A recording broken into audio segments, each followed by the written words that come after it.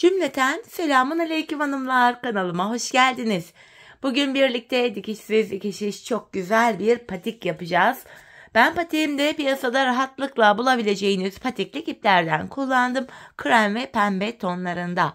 İplerimi şöyle bir kenara alıyorum. Patiğimde kullandığım şişlerim 3 numara hanımlar, böyle kısa şişlerle patiğimi yaptım. Hemen sizlere modelimi de göstereceğim. İşte modelimiz bu şekilde. Çok zarif, çok şık, güzel bir patik yaptım. Patiğimizin hiçbir yerinde hanımlar dikişimiz yok. Ve gördüğünüz gibi iki şiş ile yapıldı. Hanımlar, sadece patiğimizin şu kenarlarını yaparken 2 tane küçük şöyle yardımcı şiş kullandım. Dileyen misinalı şişleri, bu tarz patiklerde rahat kullanabilen bu bölümleri misinalı şişlerle de yapabilir. Bu patik benim elimin ölçülerine göre 37, 38 ve 39 numara ayaklar için uyumlu oldu. Hemen patiğimize başlayalım. Burun kısmından başlayacağız hanımlar patiğimize. Öncelikle şöyle pembe ipim ile 7 ilmek atarak başlayacağım. 7 ilmek. Şu birinci ilmeğim. Şu ikinci ilmeğim. 3, 4, 5, 6, 7. 7 ilmeğimi attım. Hemen şuraya bir tane düğüm atacağım şu kenarımıza. Şimdi geri dönüyorum hanımlar. Geri döndüğümüzde ön yüzdeyiz. Şuradaki fazlalık ipimizi de kesebiliriz. Şöyle. Evet hanımlar, geri döndük. Şimdiki ilk kenar ilmeğimi örmeden alıyorum. Artık burada bu aşamada haroşa örgü uygulaması yapacağız hanımlar. Örgümüzün hem ön hem arka yüzünde düz örgü örünce haroşa oluyor. Hem ön hem arka yüzde ters örgü örünce yine haroşa oluyor. Ben örgümüzün her iki tarafında da düz örgü örerek haroşalarımı elde ediyorum. İlmeklerimi haroşa, yani düz olarak örüyorum.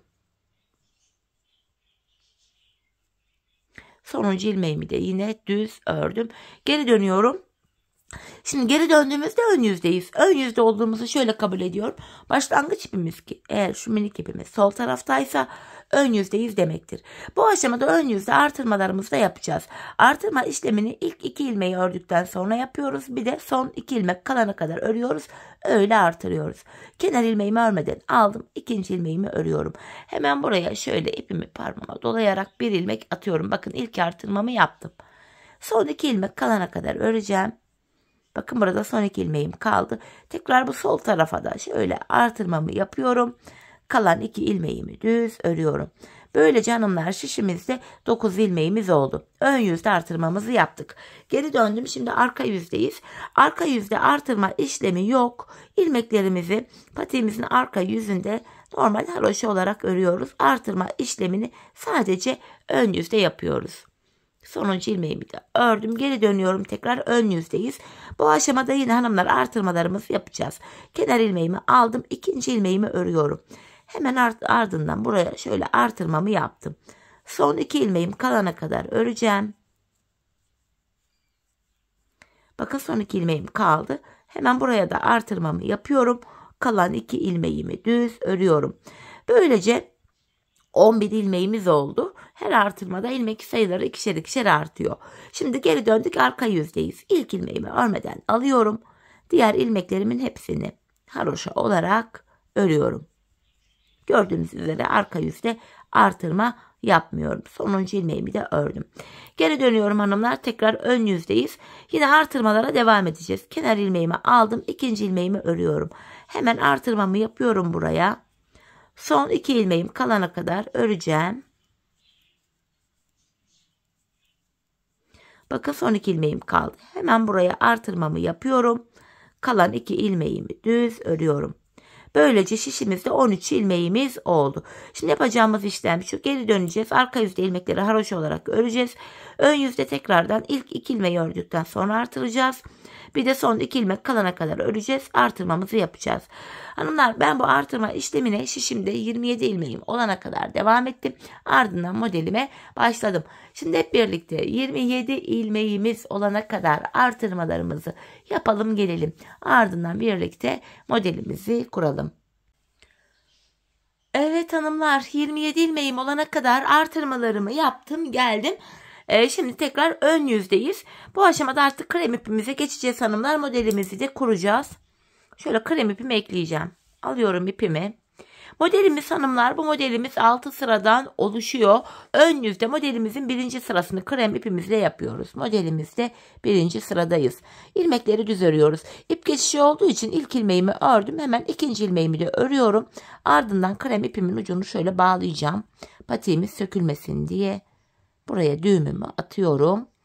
2 ilmek ördüm. Devamında gelen diğer ilmeklerimi de ön yüzde 1. sırada düz olarak örüyorum.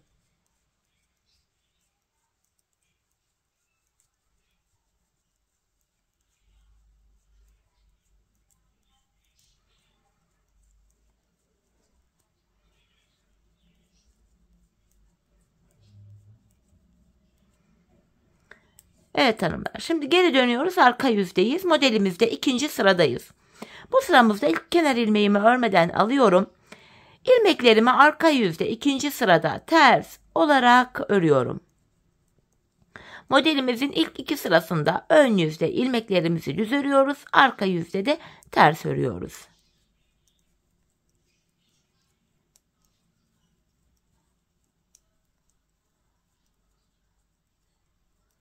Sonuncu ilmeğimi de yine arka yüzde olduğum için ters ördüm. Geri dönüyorum hanımlar.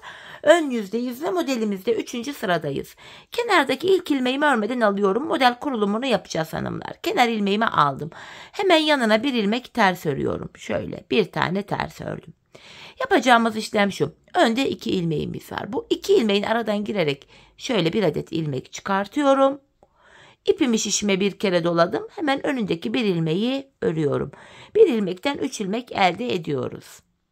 Hemen arada bir tane tersim var. Bir ilmek ters örüyoruz. Model aralarında birer tane tersimiz var çünkü. Ardından bakın önde 2 ilmeğim var. Bu 2 ilmeğin aradan girerek şöyle bir ilmek çıkartıyorum. İpimi şişime bir kere doladım. Önündeki bir ilmeğimi düz örüyorum. Arada bir ters ilmeğim var. Bir diğer modelimi yapacağım. Şu önde 2 ilmeğim var. 2 ilmeğin şöyle aradan girerek bir tane ilmek çıkartıyorum. İpimi şişime bir kere doladım ve öndeki bir ilmeğimi düz örüyorum. Arada bir tane ters ilmeğim var. Yine önde 2 ilmeğim var. 2 ilmeğin aradan girerek bir tane ilmek çıkartıyorum. İpimi şişime doladım ve öndeki bir ilmeğimi düz ördüm. Arada bir tane ters ilmeğim var. Devam ediyoruz hanımlar. Yine öndeki 2 ilmeğin aradan girerek bir ilmek çıkarttım. İpimi şişime doluyorum. Önündeki bir ilmeğimi düz ördüm. Arada bir tersimiz var.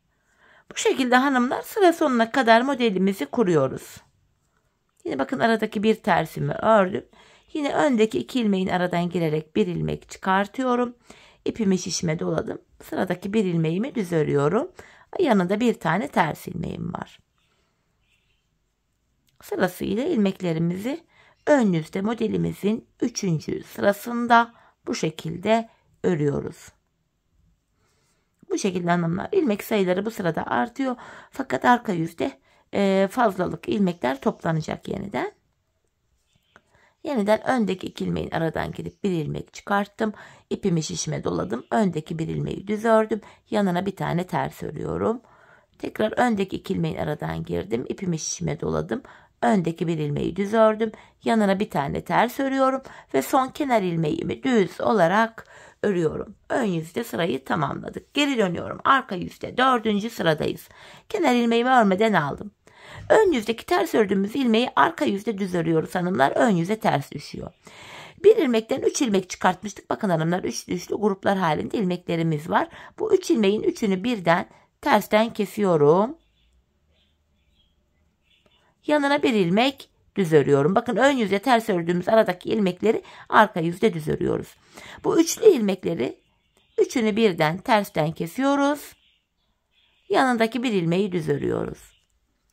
Üçlü ilmeğimi tersten kesiyorum. Yanına bir ilmek düz örüyorum. Bu üçlü ilmeğimi tersten kesiyorum hanımlar. Yanına bir ilmek düz örüyorum. Bakın yine üçlü ilmeğim var. Bunu tersten kesiyorum. Bir ilmek düz örüyorum.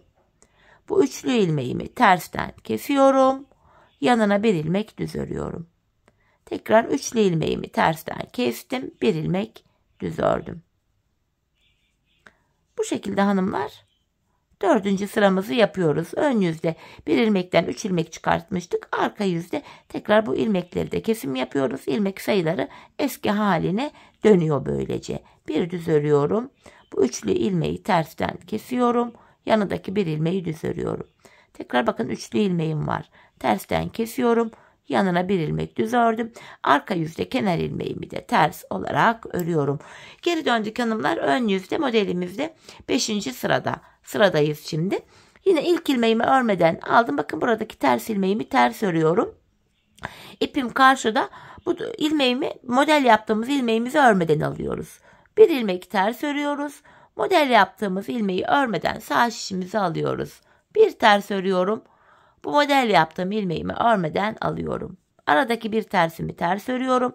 Modelli olan ilmeğimi örmeden alıyorum. Modelimizde 5. sıramızı da bu şekilde yapıyoruz hanımlar. Yine bakın ipim karşıda, modelli ilmeğimi örmeden aldım. Bir tane ters ördüm.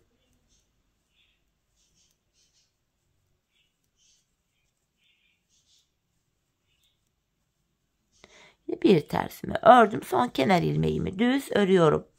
5. sıramızı tamamladık. Geri dönüyoruz. Modelde 6. sıradayız.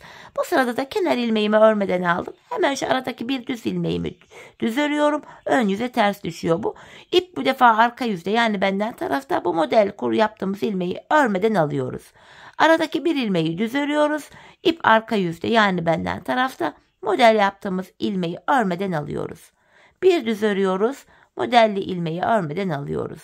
Bakın ipim benden tarafta, yine modelli ilmeği örmeden aldım. Araya bir ilmek düz örüyorum. 6. ve sonuncu sıramızı da arka yüzde bu şekilde örüyoruz hanımlar. İlk modelimizi böylece tamamlamış oluyoruz.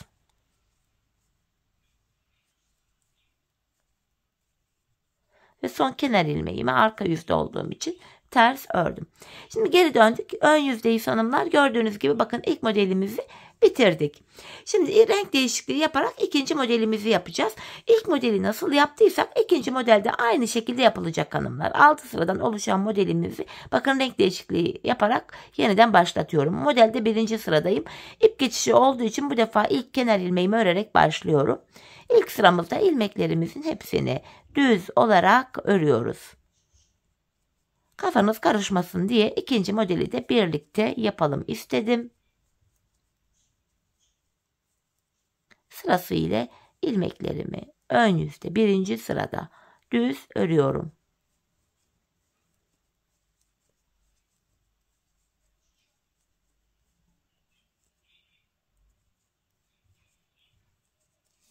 Bu şekilde.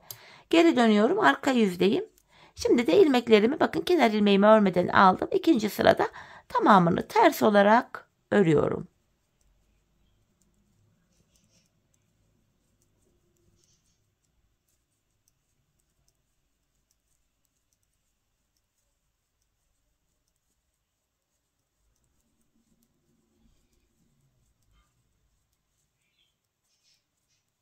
Sonuncu ilmeğimi de ters ördüm.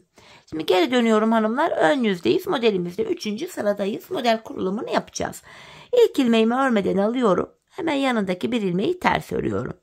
Ardından öndeki 2 ilmeğimin aradan girerek bir ilmek çıkarttım. İpimi şişime bir kere doluyorum. Sıradaki bir ilmeği düz örüyorum. Araya bir tane ters ördüm. Tekrardan öndeki 2 ilmeğimin araya girerek bir ilmek çıkarttım. İpimi şişime doladım. Sıradaki bir ilmeğimi düz ördüm. Arada bir tane tersim var. Öndeki 2 ilmeğin aradan girerek bir ilmek çıkarttım. İpimi şişime doladım. Öndeki bir ilmeğimi düz örüyorum. Yanında bir ilmek tersim var. Sıra sonuna kadar bu şekilde modelimizi yapıyoruz hanımlar. Model aralarına birer tane ters ilmek örüyoruz. Bu şekilde. Yine bir ilmek ters ördüm. Tekrar öndeki 2 ilmeğin aradan girerek bir ilmek çıkarttım. İpimi şişime dolayıp sıradaki ilmeğimi düz ördüm. Arada bir tersim var. Bu şekilde modeli 3. sırada aynı şekilde devam ediyoruz.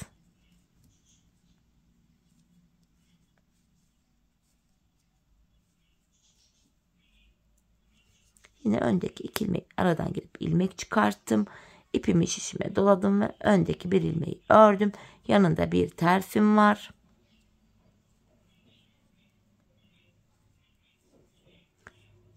Böyle yapıyoruz hanımlar. Bakın yanında bir tersimi ters ördüm.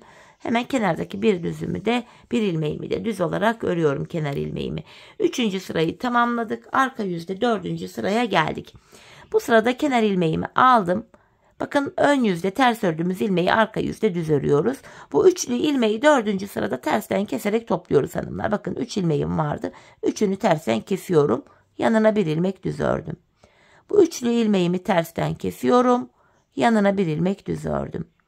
Üçlü ilmeğimi tersten kestim. Bir ilmek düz ördüm. Üçlü ilmeğimi tersten kestim. Yanına bir ilmek düz ördüm. Tekrar üçlü ilmeğimi tersten kestim. Bir ilmek düz ördüm. Sıra sonuna kadar bu üçerli ilmeklerimizi tersten kesiyoruz. Aralardaki birer ilmeği de arka yüzde düz örüyoruz hanımlar. Bakın aradaki ilmeğimi düz ördüm. Üçlü ilmeğimi tersten kesiyorum. Sıra sonuna kadar bu şekilde örüyoruz.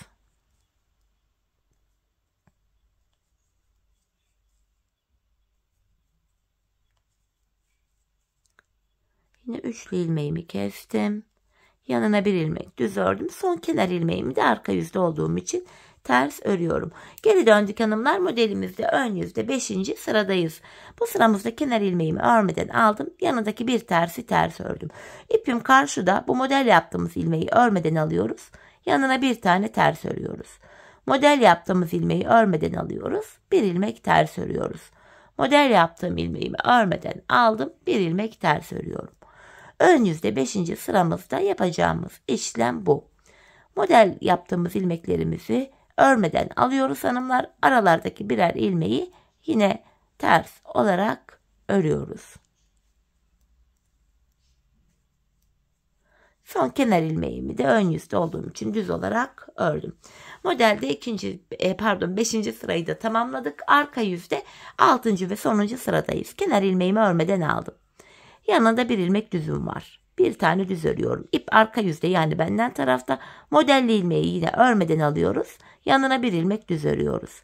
Modelli ilmeği örmeden alıyoruz. Bir ilmek düz örüyoruz. Modelli ilmeği örmeden alıyoruz. Bir ilmek düz örüyoruz. Modelli ilmeği örmeden aldım. Bir ilmek düz ördüm. Bu şekilde 6. sıramızı tamamlayacağız.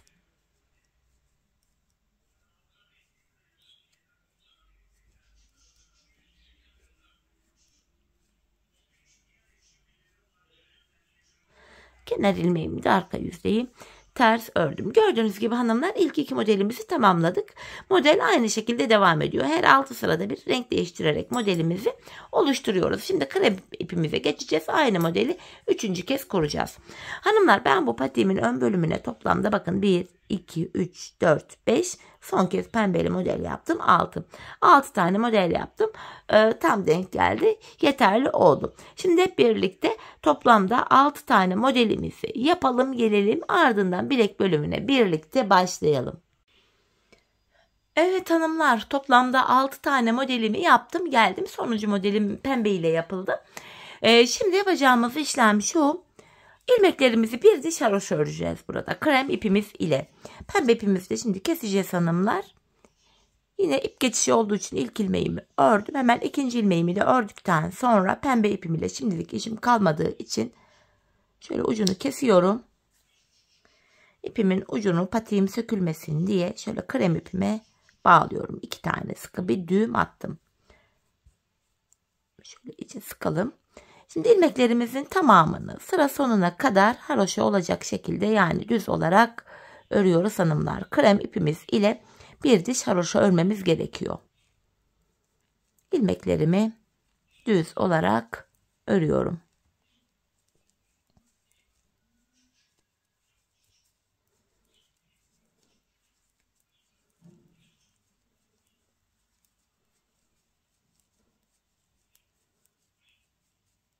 Sonuncu ilmeğimi de düz ördüm. Geri dönüyorum. Şimdi de arka yüzdeyiz.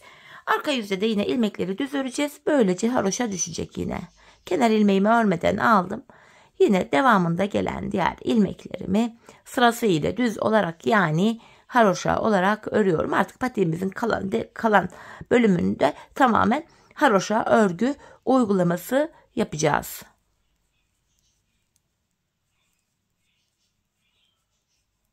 Bu şekilde yine sonuncu ilmeğimi de ördüm. Şimdi geri döndüğümüz anda hanımlar bakın bu bölümde bir diş haroşamız oluştu. Şimdi bilek bölümünde burada kesimlerimiz olacak. Öncelikle hanımlar ilk 9 ilmeğimi yine normal haroşa olarak örüyorum. Kenar ilmeğim 1. İkinci ilmeğimi ördüm. Şu 3, 4, 5, 6, 7, 8. Şu da 9. ilmeğim. İlk 9 ilmeğimi bu şekilde ördüm. Şimdi hanımlar orta kısımda 9 ilmek keseceğiz. İlmekleri ikişer ikişer toplayarak kesiyorum. Şu birinci kesimim. 2, 3, sıkı bir kesim yapmayalım. 4, 5, 6, 7, 8, 9. Bakın 9 ilmeğimi kestim. İlk 9 ilmeğimi ördüm. Ortadaki 9 ilmeğimi kestim. Şimdi bu sol tarafta da sayalım 9 ilmek kalıyor. 3, 6, 9. Şimdi hanımlar önce patiğimizin şu sol kenarını yapacağız. Bu sağ taraftaki ilmekler burada beklesin hanımlar. Biz sol tarafı yapacağız öncelikle. İlk ilmeğimi aldım. Buradaki 9 ilmeğimi haroşa olarak örüyorum. Geri döndüm. Yine arka yüzdeyim. Tekrar bu 9 ilmeğimi haroşa olacak şekilde örüyorum. Geri döndüm. Yine bakın burada bir diş haroşamız oluştu 9 ilmek. Hatta şurada 2 diş haroşa görünüyor ama ilkini patiğimizin ön bölümü bittikten sonra, öndeki desen bittikten sonra yapmıştık. Bu ilk haroşayı saymıyoruz. Onun haricinde burada bir diş haroşamız oluştu. Şimdi hanımlar 9 ilmekle burada toplam 4 diş haroşa olana kadar örelim gelelim. Evet hanımlar bakın burada ilk diş haroşayı saymıyoruz. 4 diş haroşamız oldu 9 ilmekle. Şimdi buradaki ilmek artışları yapacağız hanımlar. Tam olarak şu bölümü yapıyoruz. İlmek artışlarını bu bilek bölümüne gelen yerden iç taraftan yapacağız. Öncelikle ilk ilmeğimi örmeden alıyorum. Öndeki ilmeğimi haroşa bölümüne, şu bölümüne şişimi takıyorum. Buradan aldığım ilmeğimi normal düz örüyorum. Bakın burada ilk artışımı yaptım. Kalan ilmeklerim düz örülüyor. Bir ilmek artırma yaptık. Şişimizde 10 ilmeğimiz oldu. Artırma işlemini bu şekilde ön yüzde yaptık hanımlar. Geri dönüyorum. Arka yüzdeyim şu anda. Arka yüzde 10 ilmeğimizin hepsini normal öreceğiz. Arka yüzde artırma yapmayacağız. Buradaki artırmaları da yine sadece ön yüzde yapıyoruz. Sonuncu ilmeğimi de ördüm. Geri dönüyorum. Tekrar ön yüzdeyim. İlk ilmeğimi örmeden aldım. Hemen öndeki ilmeğimin önüne şişimi takıyorum. Buradan aldığım ilmeğimi düz ördüm. İkinci artırmamı yaptım. Şimdi de 11 ilmeğimiz oldu. Kalan ilmeklerimi normal haroşa olarak örüyorum. Tekrar geri döndük. Arka yüzdeyiz. Arka yüzde ilmeklerimizi normal haroşa olarak örüyoruz. Artırma yapmadan.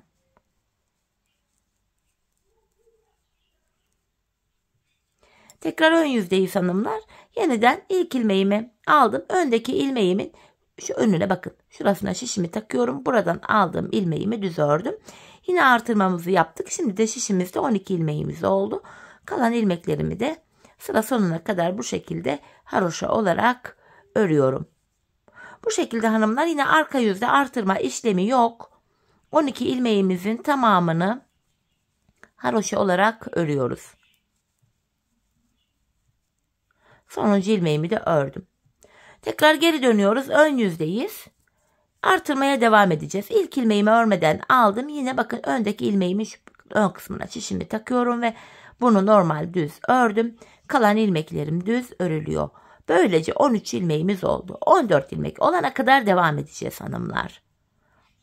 9 ilmeğimiz vardı. 13 olana kadar artırdık. Arka yüzdeyim. Arka yüzde ilmeklerimi normal haroşa olarak örüyorum.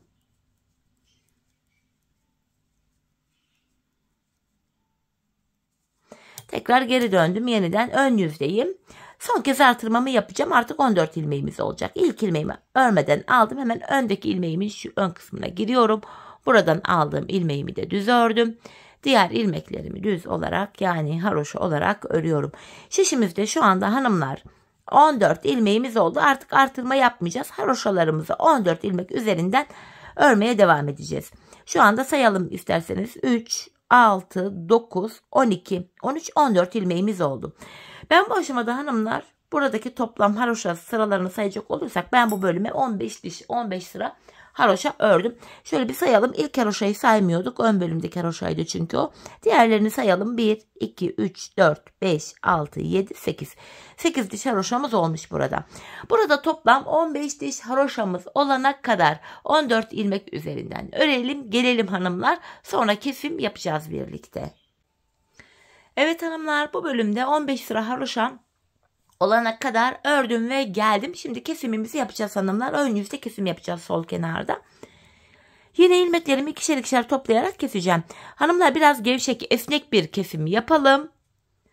Buna dikkat edelim. Çünkü patiğimizin topuk bölümünü yaparken bu kesim yerlerindeki bakın ilmek yerleri görünüyor. Oralardan ilmekler çıkararak arka topuğunu öreceğiz.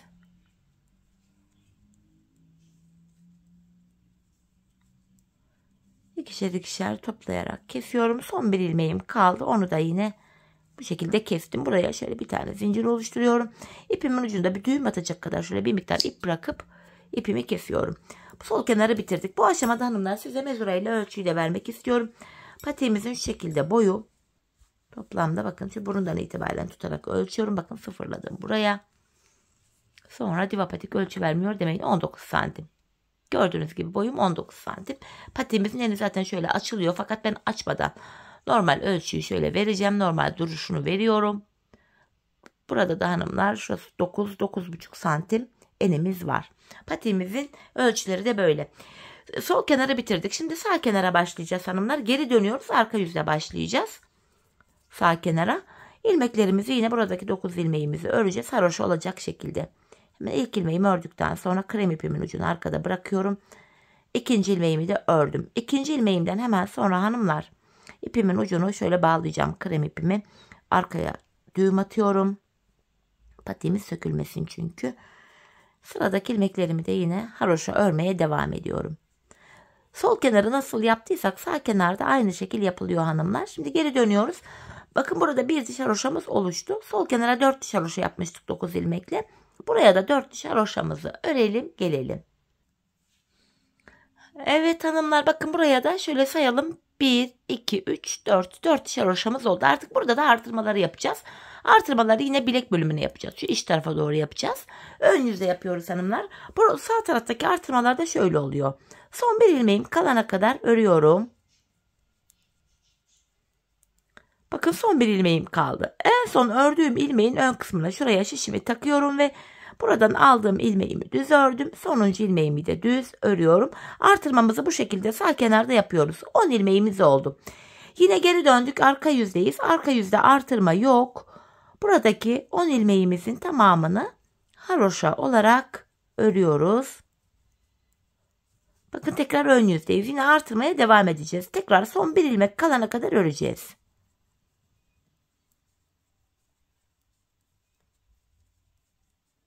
Yine son bir ilmeğim kaldı. Yine en son ördüğüm ilmeğin şu ön kısmına giriyorum ve buradan aldığım ilmeğimi de düz ördüm. Sonuncu ilmeğim de düz örülüyor. Böylece 11 ilmeğimiz oldu. Sol kenara hanımlar 14 ilmek yapmıştık. Sağ kenarda yine 14 ilmek olacak. Eşit olacak sayılar. Evet, arka yüzde ilmeklerimi ördüm. Ön yüzdeyimi artırmaya devam edeceğim. Tekrardan son bir ilmeğim kalana kadar öreceğim hanımlar. Bakın son bir ilmeğim kaldı. En son ördüğüm ilmeğin önüne şişimi takıyorum. Buradan aldığım ilmeğimi düz ördüm. Sonuncu ilmeğimi de düz örüyorum. Bu şekilde hanımlar, burada da toplamda 14 ilmek olana kadar artırmamızı yapacağız. Ardından 14 ilmek olduktan sonra artırma yapmayacağız. İlmeklerimizi 14 ilmek olarak haroşamızı öreceğiz. İlmeklerimizi haroşa olarak öreceğiz. Bu kenara toplamda 15 diş 15 sıra haroşa yapmıştık. Buraya da yine 15 sıra haroşa yapacağız. Yanlar eşit olacak çünkü. Şimdi sağ kenarımızı da aynen sol kenarda olduğu gibi tamamlayalım gelelim. Ardından birlikte patiğimizin kenarlarına başlayacağız.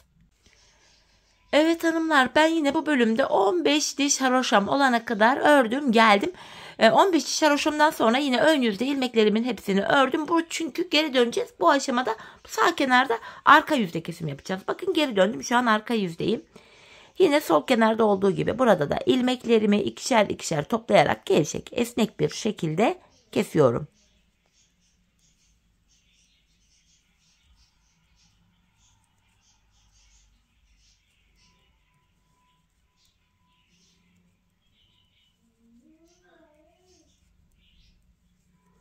Son bir ilmeğim kaldı. Onu da yine kestim.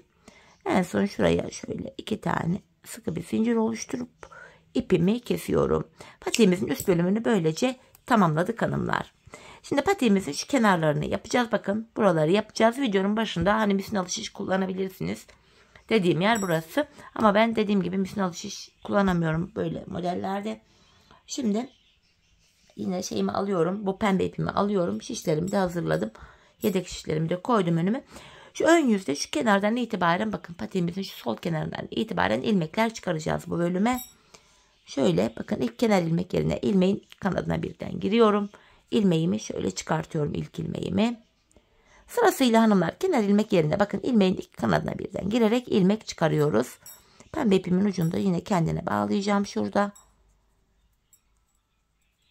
Bu şekilde ilmek çıkartmaya devam ediyoruz. Ben buraya girdim, bir ilmek daha çıkarttım. 3 ilmek oldu. Şu 4. ilmeğimiz, şu 5. 6 7 8 9 10 11 12 13 14 15 16. Bakın renkli bölümlere geldik. 3 tane pembe, 3 tane krem, 3 pembe, 3 krem olacak şekilde bakın kenar ilmek yerlerimiz var. Buralardan her bir modelin kenarından 3'er tane ilmek çıkaracağız. En son 16 olmuştu galiba. 4, 8, 12, 16 sayarak gidiyorum. 17, 18, 19, 20, 21, 22, 23, 24, 25, 26, 27, 28,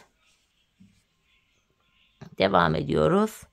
29, 30, 31, 32, 33, 34, 35, 36, 37, 38, 39, 40, 41, 42, 43, 44 ve son kenar ilmek yerim var. Oraya da giriyorum.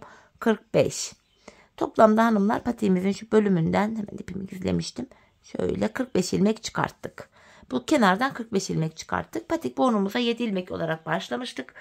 7 ilmek başladığım yerden 7 ilmek çıkaracağım. Onu da şişime takacağım. Bu kenar bölüm sıkı olduğu için bu bölümde şöyle tığımdan yardım alarak şu kenara şöyle giriyorum.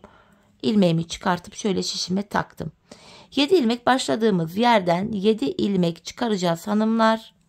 Şöyle şu ikinci ilmeğim, şu üçüncü, yine şu ipimin ucunu gizleyerek götüreyim. Şu 4. ilmeğim, şu 5. ilmeğim, şu 6, şu da 7. ilmeğim. 7 ilmek çıkarttık burun kısmından. Yarım ilmek almışım. Şöyle düzelteyim. Şimdi diğer kenara geçtik. Burada 45 ilmek çıkartmıştık. Diğer kenardan da yine 45 adet ilmeğimizi çıkaracağız. Şöyle bakın. Kenar ilmek yerine giriyorum. Şu 1. ilmeğim. 2, 3, 4, 5, 6, 7, 8, 9, 10. Bakın bu şey bölümlere geldik. Modelde bölümlere geldik. Bakın burada 4 tane krem, 4 pembe kenar ilmek yeri var. Diğer tarafta 3'er tane vardı. Hanımlar bu bölümde ip geçişlerinde ben sonuç ilmeklerimi örmediğim için sonuç ilmeklerimi ördüğüm için ilk ilmeğimi örmeden alıyordum. İp geçişlerinde mecburen ilk ilmeklerimizi ördük. 4 tane kenar ilmek yeri var. Fakat karşı tarafta eşit olsun diye buralardan her bir modelde taraftan renkli bölümden 3'er tane ilmek çıkaracağız. Krem olan yerden 3 tane, pembeden 3 tane, bu şekilde 10 ilmek çıkartmıştık. Şimdi krem olan yerden yine ilmek çıkartmaya devam ediyorum. Şu 11, 3 ilmek çıkaracağım. Şu 11. ilmeğim, 12, 13. Şimdi 3 ilmek pembeden çıkaracağım. 14, 15, 16. 17, 18, 19, 20, 21, 22, 23, 24, 25, 26, 27, 28. Bu kenar bölüme geçtim. Sırasıyla ilmek çıkartmaya devam ediyorum. 29, 30, 31, 32, 33, 34, 35, 36, 37, 38, 39, 40, 41, 42, 43, 44 ve son kenar ilmek yerine girerek bir ilmek daha çıkarttım. 45. 45 ilmekte bu bölümden çıkarttık. Şimdi geri dönüyoruz hanımlar. Yine haroşa örgüye devam ediyoruz. İlk ilmeğimi örmeden alıyorum. İlmeklerimizi hanımlar bu aşamada tamamen düz olarak yani haroşa olarak öreceğiz. Bakın ön yüze pembe ipimizle bir diş haroşamız düştü. Bu şekilde hanımlar ilmeklerimizi haroşa olacak şekilde öreceğiz. Bu işlemi hanımlar bakın buradan ilk şişimizi öreceğiz. Sonra burun kısmı, sonra diğer şişteki ilmekleri örerek diğer uca kadar haroşa olarak örelim gelelim. Evet hanımlar bu bölüme kadar bakın ilmeklerimi ördüm. Buraya bir diş pembe ile haroşamız oluştu. Bu şekilde. Şimdi krem ipimizle haroşamızı örmeye devam edeceğiz. Bir diş pembe ile örmüştük. 3 diş de krem ile öreceğiz. Toplam bu kenarda 4 diş haroşamız olacak. Biri pembe, 3'ü krem. Krem ipimi şuradaki krem ipim ucuna şöyle bağlıyorum. İlmeklerimi bu defa krem ile örüyorum hanımlar. Şöyle. Hemen ilk 2 ilmeğimi ördükten sonra artık pembe ipimi kesiyorum. Şöyle pembemin ucunu da kremime bağladım. Haroşalarımıza krem ipimizle devam ediyoruz bu bölümde. Şöyle. Bu şekilde hanımlar. Buraya krem ipimiz ile 3 diş haroşa örmemiz gerekiyor. Bu şekilde diğer uca kadar örüyoruz. Ardından geri dönüyoruz. Yine ilmekleri buraya kadar örünce bir diş haroşa daha oluyor. Bu bölümü hanımlar toplamda dediğim gibi biri pembe, 3'ü de krem olacak şekilde bakın. 4 diş haroşamızı örelim gelelim. Ardından birlikte burundan başlayarak tabanımıza geçeceğiz.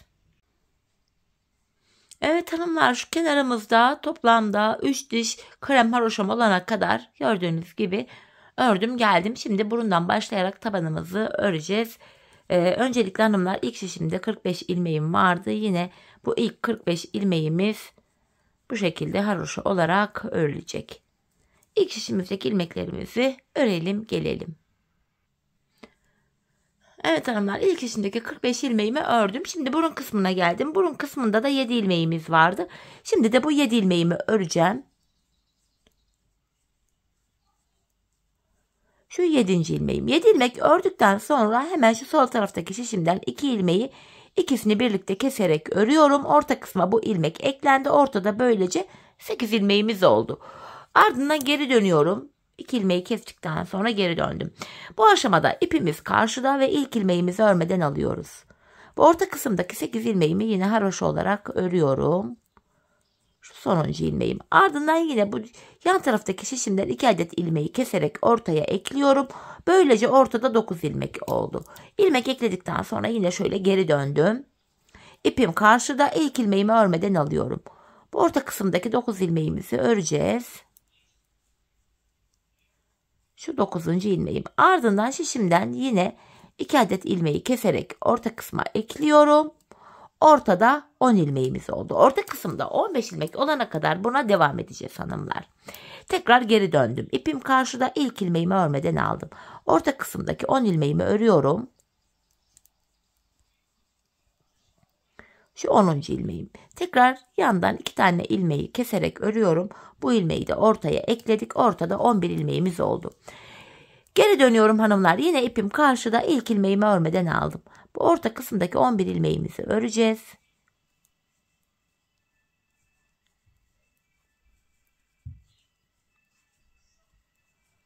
Yine şişimden 2 adet ilmeği keserek örüyorum. Bu kesim yaptığım ilmeğimi de ortaya ekledim. Ortada 12 ilmeğimiz oldu. Ardından yine geri döndüm. Yine ipim karşıda, ilk ilmeğimi örmeden alıyorum. Buradaki 11 ilmeğimizi öncelikle öreceğiz. 12 ilmeğimiz oldu, pardon. Şu 12. ilmeğim ve şişimden yine yan şişimden 2 adet ilmeği keserek kesiyorum. Bu ilmeği de yine ortaya ekledim. Ortada 13 ilmeğimiz oldu. Tekrar geri dönüyorum hanımlar. İpim karşıda ve yine ilk ilmeğimi örmeden aldım. Orta kısımdaki 13 ilmeğimizi öreceğiz.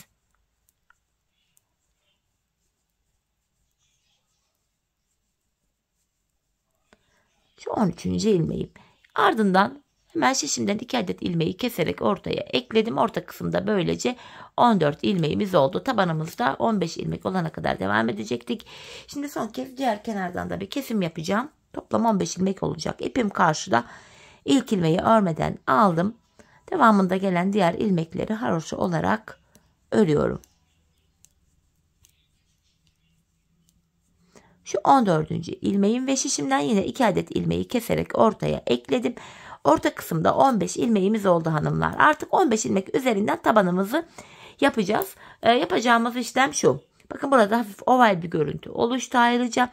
İpimiz yine karşıda olacak ve ilk ilmeği örmeden alacağız. Tabanımızda 15 ilmek vardı. İlk 14 ilmeğimi öreceğim. Yani tabanımda son bir ilmek kalana kadar öreceğim. Bakın tabanımızda burada son bir ilmek kaldı. Bu sonuncu ilmeği örerken şişimizden de bir ilmek alacağız. İkisini birlikte keserek öreceğiz. Tekrar geri dönüyoruz. Artık 15 ilmek üzerinden devam edecek bu şekilde taban bölümü. Yine ipim karşıda, ilk ilmeğimi örmeden aldım. Tekrardan 14 ilmeğimi öreceğim. Yani tabanımda son bir ilmek kalana kadar öreceğim.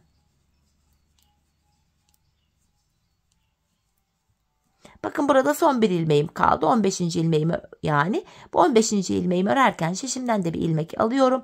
İkisini keserek örüyorum. Tekrar geri dönüyorum. İpim karşıda ve ilk ilmeğimi örmeden aldım. Yeniden bu 14 ilmeğimi öreceğim. 15. de kesim yapacağım.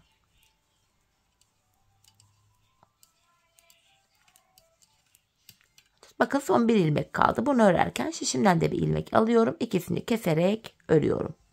Yeniden geri dönüyoruz. İpimiz karşıda, ilk ilmeği örmeden aldık. Tekrardan 14 ilmek öreceğiz. Yani bu orta kısımda taban bölümünde son bir ilmek kalana kadar öreceğiz. Ardından kesim yapacağız. Bakın burada son bir ilmek kaldı. Bu ilmeği örerken yine şişinden de bir ilmek alıyorum. İkisini keserek örüyorum. Tabanımız 15 ilmek üzerinden bu şekilde örülüyor hanımlar. Bakın şeklimiz bu. Biz bu işleme sağ ve sol şişimizdeki yani şu yanlardaki ilmekler bitene kadar devam edeceğiz. Şimdi hep birlikte patiğimizin taban kısmını sizlere tarif ettiğim gibi 15 ilmek üzerinden bu kenarlardaki ilmekler bitene kadar örelim gelelim. Evet hanımlar, patiğimin tabanını tamamladım ve geldim. Şimdi artık bu arka topuk bölümünü yapacağız. Şişimizde sadece 15 ilmeğimiz kaldı tabanda kullandığımız. Bu ilmeklerimizi arka bölümü yaparken de yine aynı şekilde kullanacağız. Bu aşamada yine ipim karşıda ve ilk ilmeğimi örmeden alıyorum. Son 2 ilmeğim kalana kadar örüyorum.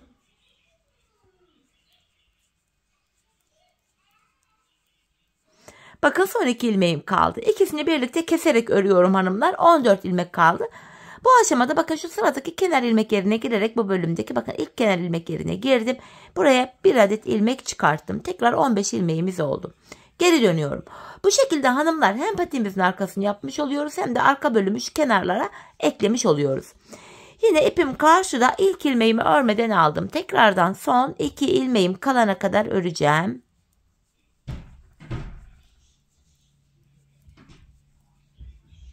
Bakın yine son 2 ilmeğim kaldı. Bunu ikisini birlikte kesiyorum. Bu sağ kenardan ilmek çıkartırken geri dönüyoruz. Ön yüzde ilmek çıkartıyoruz. Yine bu taraftaki kenar ilmek yerine bakın ilmeğin iki kanadına birden girdim. Bir adet ilmek çıkarttım. Böylece yeniden 15 ilmeğimiz oldu. Diğer ilmeklerimi yeniden örüyorum. Bu aşamada son 2 ilmek kalana kadar örüyoruz. Son 2 ilmeği kesiyoruz ve sıradaki kenar ilmek yerinden ilmek çıkartıyoruz. Bakın yine son 2 ilmeğim kaldı. İkisini keserek ördüm. Sıradaki kenar ilmek yerim bakın şurada. İlmeğin iki kanadına birden girerek ilmeğimi çıkarttım. Tekrar geri dönüyorum. İpim karşıda, ilk ilmeğimi örmeden aldım. Tekrar son 2 ilmeğim kalana kadar ilmeklerimi örüyorum.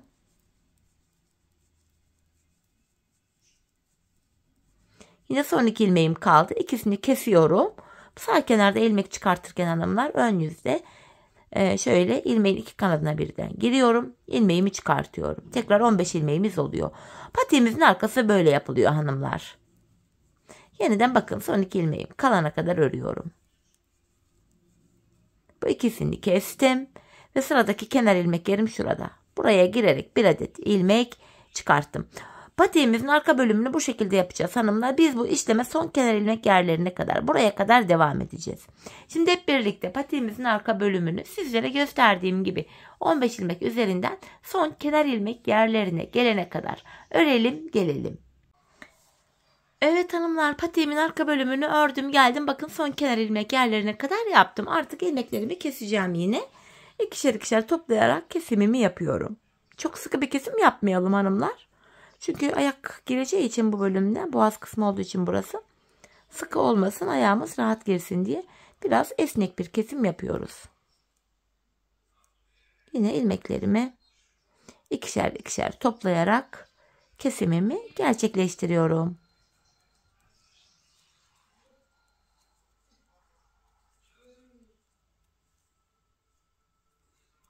Bu şekilde son bir ilmeğim kaldı, onu da kestim. Bu aşamada hanımlar bakın ilmeklerimiz kalmadı. Kenar oyası gittim ben patiğime. 2 sıradan oluşan kenar oyamız var. İlk sıramızı krem ipimizle yapacağız. Bunun için de şöyle tığımı alıyorum. Hemen burada tümsek bir görüntü oluşmasın diye dibine batarak şöyle burayı bir düzleştiriyorum öncelikle. Hanımlar kenar oyamızın ilk sırasını krem ipimizle şöyle yapacağız. Sık iğne. Hemen öndeki kenar ilmek yerine batarak sık iğnemi yapıyorum. Bakın sıradaki kenar ilmek yerine batıyorum. İlmeğin 2 kanadına birden sık iğnemi gerçekleştiriyorum. Bu şekilde yapıyorum. Hanımlar gevşek bir sık iğne yapalım. Bakın tığımdaki ilmeklerim gevşek. Sıkmayalım. Çünkü patik boğazı sıkılaşır. Ayağa zor girer. Bakın gevşek bir şekilde sık iğnemizi yapacağız. Hemen sıradaki kenar ilmek yerine giriyorum. Sık iğnemi yapıyorum. Bu şekilde hanımlar patiğimizin çevresini dolanalım gelelim. Bu ilk başladığımız yere kadar yapalım gelelim.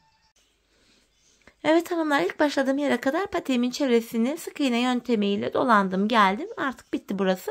En son bir tane bir zincir çekiyorum ve ipimin ucunu kestim. Hemen ipimin ucunu gizleyeceğim. Ardından da ikinci sıra kenar oyamızı yapacağız. Pembe ipimizle öncelikle şu ilmek aralarından geçirerek şu ipimin ucunu bir güzel gizleyeceğim.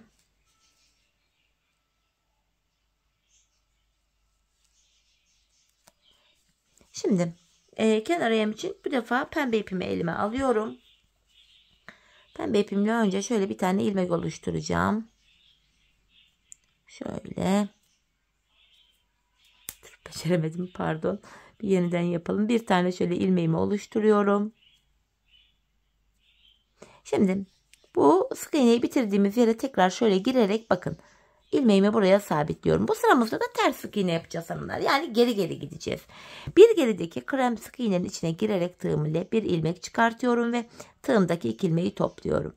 Tekrar bir gerideki sık iğnenin içine giriyorum. Buradan bir ilmek çıkartıyorum ve tığımdaki ilmekleri gizliyorum. Bir geriye giriyorum. İlmek çıkartıp tığımdaki ilmekleri topluyorum. Bu defaki sık iğnemizi hanımlar geri geri yapıyoruz. Bir gerideki sık iğnenin içine giriyoruz. Tığımız ile buradan şöyle bir ilmek çıkartıyoruz ve tığımızdaki ilmeklerimizi topluyoruz. Ters sık iğne yöntemi ile kenar oyamızın ikinci sırasını yapıyoruz hanımlar. Bu şekilde. Bakın görüntümüz böyle. Bu işleme yine bakın tersten şöyle patiğimizin çevresini dolanarak ilk başladığımız yere kadar devam edeceğiz. Kenar oyamızı bu şekilde bu ilk başladığımız yere kadar tamamlayalım gelelim. Evet hanımlar, pembe kenar oyamda yine ilk başladığım yere kadar yaptım geldim. En son yine buraya da bir tane zincir çekip artık pembe ipimi de kesiyorum. Yine pembe ipimizin ucunu da şu aralardan geçirerek gizleyelim. Patiğimizi tamamladık. İpimizi gizledikten sonra bir bütün olarak patiğimize bakalım yeniden. Şöyle bakın ilmek aralarından geçirerek ipuçlarını gizliyorum. Patiğimin iç bölümündeki iplerin de tamamını bu şekilde gizledim hanımlar. Patiğimizin içi dışı tertemiz olsun. Bu şekilde bakın kenar oyamızı tamamladık. Görüntü itibariyle hanımlar patiğimiz bu. Şöyle. Bakın esnek bir yapıya sahip olduğu için de gayet ayağa da rahat giriyor. Görüntü itibariyle de gayet Bakın duruşumuz şık bu şekilde.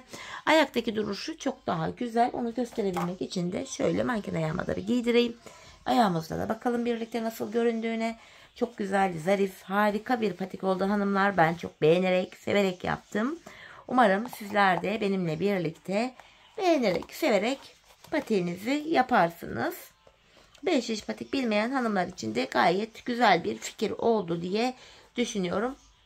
Evet, yapacak olanlara da şimdiden kolay gelsin. Evet hanımlar, bakın patiğimizi mankenime giydirdim. İşte görüntüsü sağdan soldan bu şekilde hanımlar. Gayet şık, güzel, zarif bir patik oldu. Gördüğünüz üzere hemen tabanımız, topuk kısmı bu şekil. Evet hanımlar, yine birlikte güzel bir modelin daha sonuna geldik. Umarım sizlere faydalı, hoş bir video olmuştur. Yeni modellerde, yeni videolarda buluşmak dileğiyle. Şimdilik hoşça kalın, sağlıcakla kalın.